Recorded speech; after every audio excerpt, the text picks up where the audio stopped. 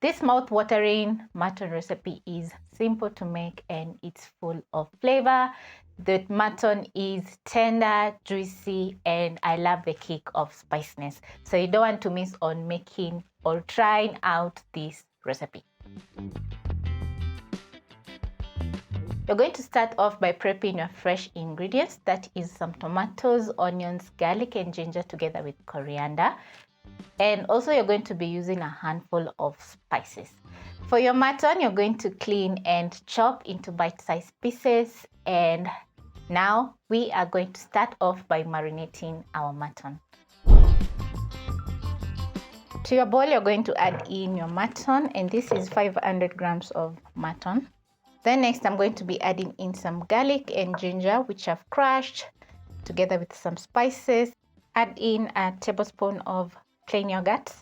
Then next, you're going to go in with your hands and mix in the spices together with the garlic and ginger and yogurt into the mutton. Make sure every piece of mutton is coated with the spices. When done, you're going to let your mutton marinate for around 15 to 20 minutes. And for the best result, you're going to marinate your mutton overnight, and the next day it's going to be so delicious once you make the mutton. After 15 minutes, my mutton is ready, so I'm going to be boiling my mutton in a pressure cooker. If you don't have a pressure cooker, you can simply boil your meat in a pot for around 30 minutes to 1 hour until the mutton is tender. You're going to place your pressure cooker over high flame.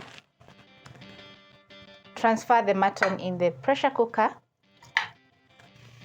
Add in a cup of water and some salt. Then next, you're going to place your lid on your pressure cooker and secure by locking the lid and boil for around 3 whistles. After 3 whistles, you're going to turn off the heat and then manually release the steam.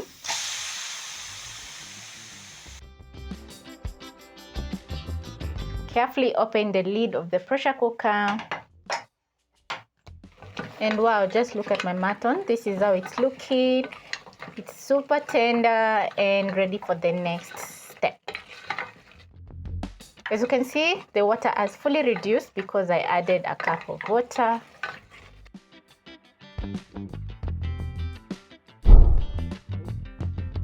The aroma in the kitchen right now is just so good.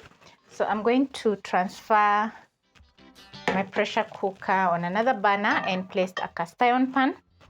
And over high flame, I'm going to add in some cooking oil. To your pan, you're going to be adding in half a teaspoon of fennel seeds and half a teaspoon of cumin seeds.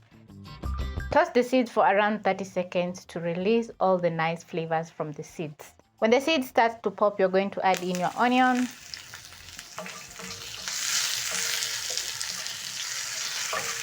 Cook the onions until golden brown. When the onions are ready, I'm going to be adding in 2 blended tomatoes in my pan.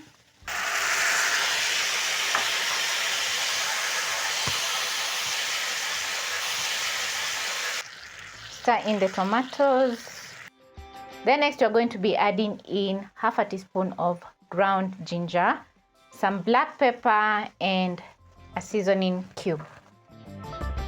Stir in the spices so that they can cook together with the tomatoes.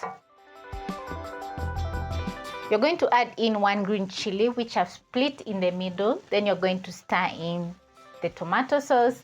And if you don't like spicy food, it's optional, but for this recipe, I would highly recommend you adding a little bit of chili because the outcome is going to be so awesome.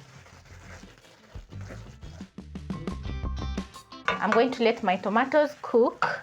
So I'm going to cover and simmer for around a minute. Because I added some salt earlier on, I added in 1 seasoning cube so that can add some more saltiness to the dish and also some extra flavor. I'm going to check on my tomatoes. This is how the tomatoes are looking like. So next I'm going to add in a pinch of sugar. This is going to reduce the acidity levels in my dish.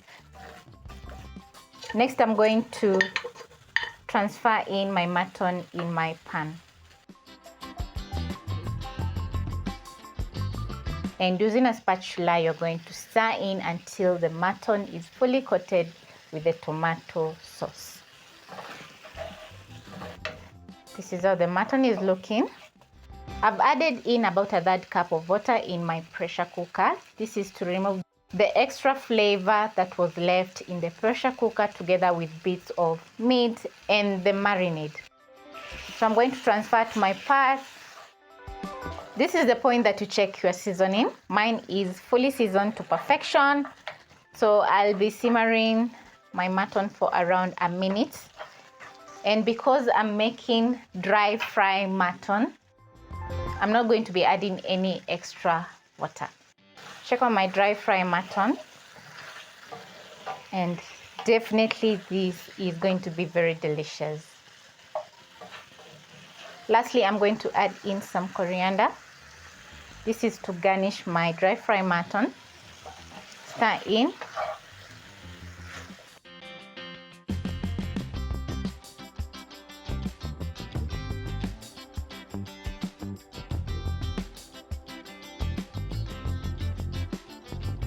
Serve your dry fry mutton over some soft ugali, chapati, naan, or even rice, and indulge your taste buds with some tasty, spicy, and delicious mutton.